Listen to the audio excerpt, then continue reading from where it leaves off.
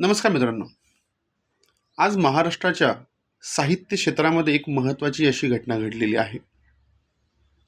ती घटना अशी आहे, कोल्हापूरचे इतिहास संशोधक माननीय डॉक्टर जयसिंगराव पवार सर यांनी वयाच्या 85व्या वर्षी अखेरचा श्वास घेतलेला आहे.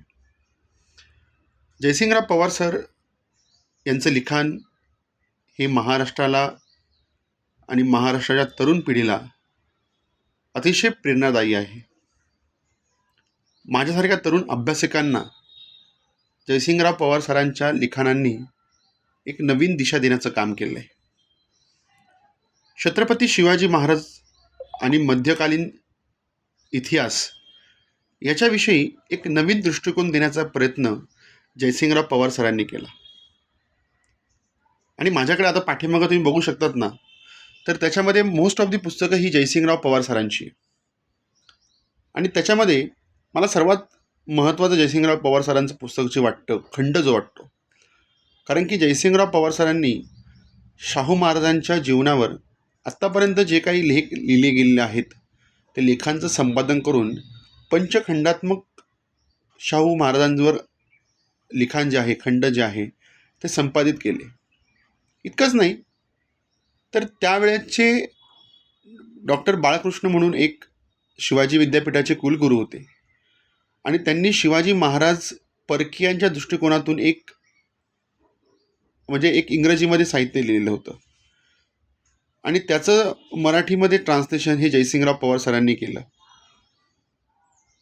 आणि त्याबरोबर छत्रपती संभाजी महाराज, छत्रपती शिवाजी महाराज यांच्या जीवनावर उत्कृष्ट असं लिखाण जे आहे ते जयसिंगराव पवार सरांनी केलं आहे.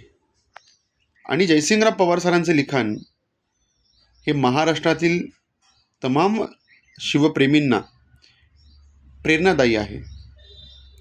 आणि जयसिंगराव पवार सर हे आज आपल्यातून निघून गेले जरी असतील तरी पवार सरांची आठवण ही त्यांच्या लिखाणाच्या माध्यमातून, त्यांच्या साहित्याच्या माध्यमातून ही आपल्या प्रत्येक इतिहासाच्या अभ्यासकाच्या मनात ही प्रत्येक वेळेस राहील, याबद्दल शंका नाही आहे.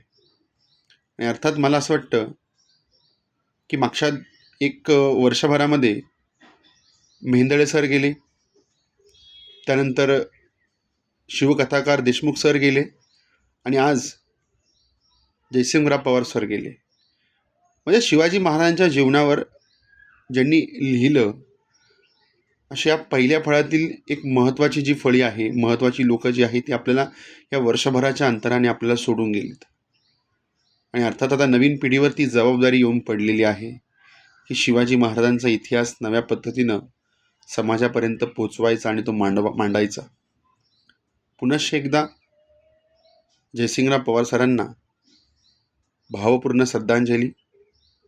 आणि त्यांच्या या दुःखाच्या प्रसंगी संपूर्ण महाराष्ट्र त्यांच्या कुटुंबाच्या पाठीशी उभा आहे. आणि अर्थात सरांची आठवण ही त्यांच्या लिखाणातून नेहमीच येत राहील असं मला वाटतं. आणि थांबतो. धन्यवाद.